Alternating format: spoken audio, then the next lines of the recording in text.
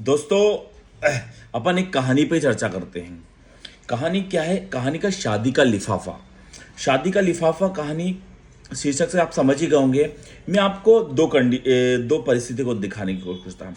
जब कोई शादी होती है तो किसी के भी जाते हैं हम लोग, तो क्या होता है वहाँ पर हम एक लिफाफा देते हैं, कुछ पैसा दे देते हैं, ताकि शुरुआत में ये जब ये परंपरा बनी होगी तो इसलिए बनी होगी कि जो नवयुगल दूल्हा दुल्हन होते हैं उनका जीवन यापन करने के लिए कुछ उनकी तरफ से थोड़ी सी सहायता उपलब्ध हो जाती है।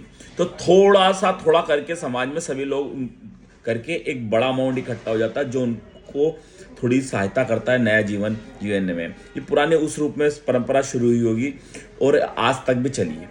जबकि अब दूसरा पहलू देखें, किसी का कुछ हो जाता है, डेथ वगैरह, किसी कोई नहीं रहता मुख्य काम करने वाला, तब हम उनके जाते हैं तो कोई लिफाफा नहीं जाता। जबकि आप खुद ही सोचिए कि लिफाफे की जरूरत कहां पर ज्यादा है। एक शादी वाले घर में ज्यादा जरूरत है या किसी क्या कोई अनहोनी हो गई है वहां पर ज्यादा जरूरी है? आप निश्चित रूप से अनहोनी को कि वहां का मुख्य परिवार का कमाने वाला चला गया है, तब जो मिलना चाहिए उसको थोड़ा पैसों की ज्यादा मदद की जरूरत है, लेकिन तब कोई लिफाफा नहीं ले जाता है। बैठने जाते हैं हम, किसी भी जाते हैं। तो इससे हम क्या सीखे?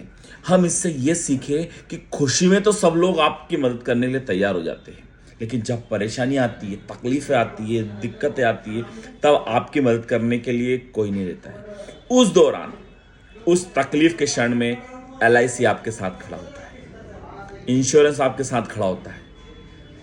वह आपको बहुत सारी परेशानियों से लड़ने की ताकत देता है। बच्चों की शिक्षा उससे अधूरी नहीं रहती है, बच्चों की कुछ की शादी अधूरी नहीं रहती है, आपके घर बनने की चाहत है, बाकी बेसिक जरूरतें, सारी जरूरतें पूरा करने के लिए उस तकलीफ के टाइमिंग में भी LIC खड़ा होता है।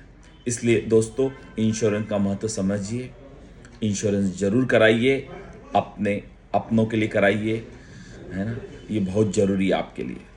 जय श्री महाकाल।